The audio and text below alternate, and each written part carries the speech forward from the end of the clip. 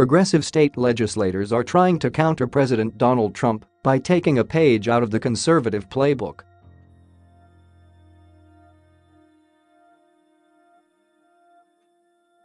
A group called the State Innovation Exchange, SIX, is raising its profile to lead efforts in statehouses around the country, supporting lawmakers in advancing progressive policies and beating back Trump-influenced agendas locally.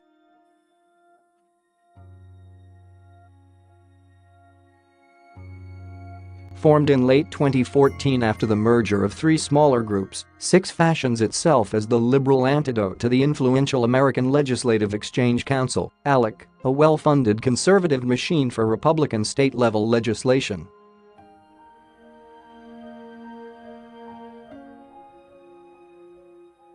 SIX's goal is to become a policy shop of sorts for progressive state lawmakers looking for proposals and solutions on issues like climate change, paid parental leave, criminal justice reform and the minimum wage, but its members are sharply divided on which issues to pursue and whether a liberal agenda, focused on social concerns, can fly in moderate states.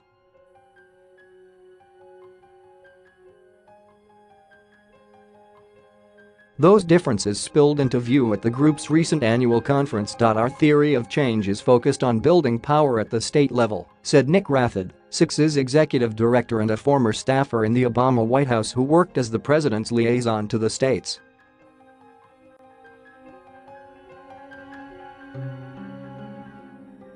That means focusing on state legislation and policy and permanent infrastructure in the states that can allow us to help align a proactive agenda.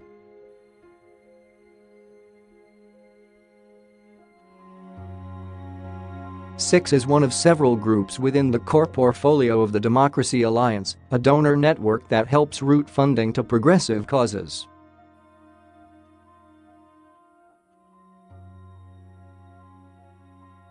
Its benefactors include George Soros and Tom Steyer. With a budget of $5 million last year, however, SIX is operating with about half the funding of ALEC, a 44-year-old policy behemoth frequently credited with writing GOP-backed bills for Republican state legislators.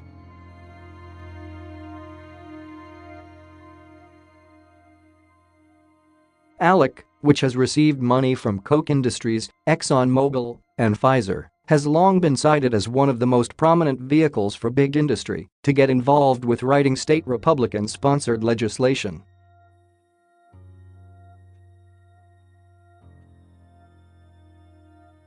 It has also been roundly criticized for behaving like a lobbying firm, even though it's incorporated as a non-profit.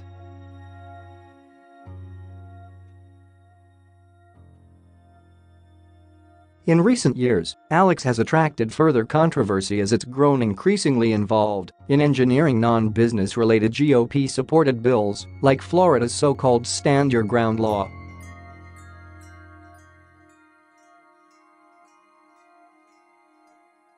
ALEC's involvement in helping advance that bill was a watershed moment for critics of the group following the 2012 shooting of Trayvon Martin, whose assailant, George Zimmerman, cited the law on firing at the unarmed 17-year-old.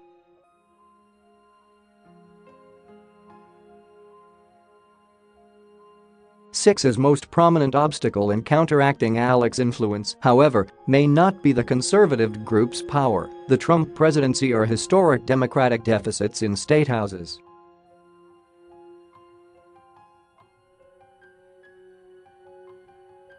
Rather, the biggest challenge facing SIX could be its own members. Nearly a year after the 2016 Democratic presidential primary exposed a rift between centrists and progressives, the party remains divided.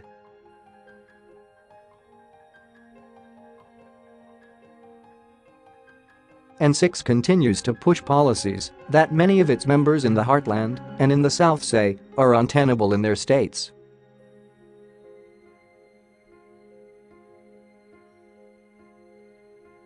At the group's recent annual conference in Washington, D.C. earlier this month, lawmakers from places like New Hampshire, Wisconsin, and Arkansas bickered openly with those pitching policies that have had success in California and New York.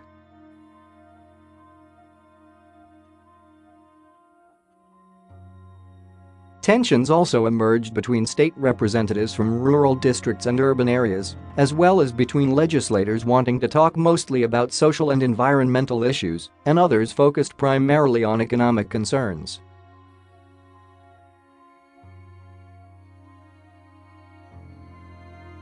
"I don't see how we can make progress if every single issue brought up drives a wedge between people," Patricia Higgins, a state representative from a largely rural district in New Hampshire, told NBC News.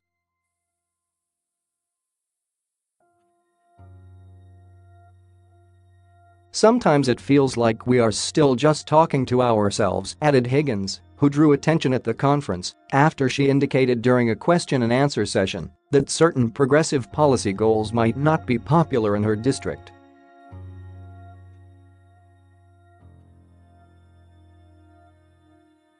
That message was put bluntly by California State Sen. Mike McGuire, whose district stretches along the northern coastline of the state.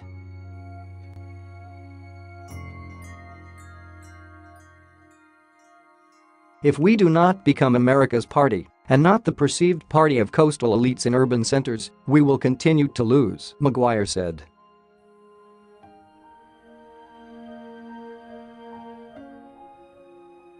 Pressing questions also emerged at the conference from state lawmakers concerned that the party, on both the state and federal levels, was not adequately focused on economic issues.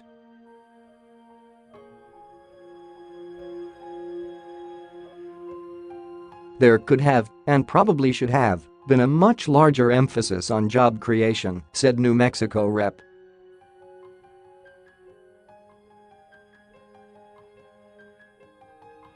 Bill McCamley. "We didn't really see that as one of the main issues at the conference, and that's really one of the biggest things a lot of us face."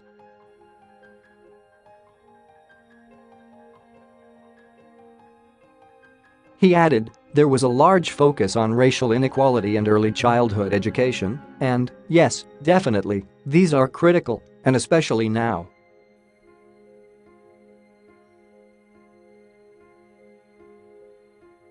"But let's talk more about job creation, workforce training, things that will get our young people more and better jobs."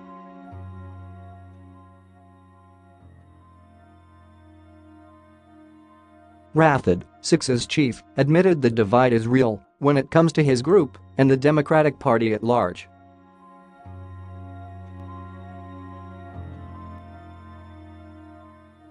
He said one of his most important goals in the immediate future was taking a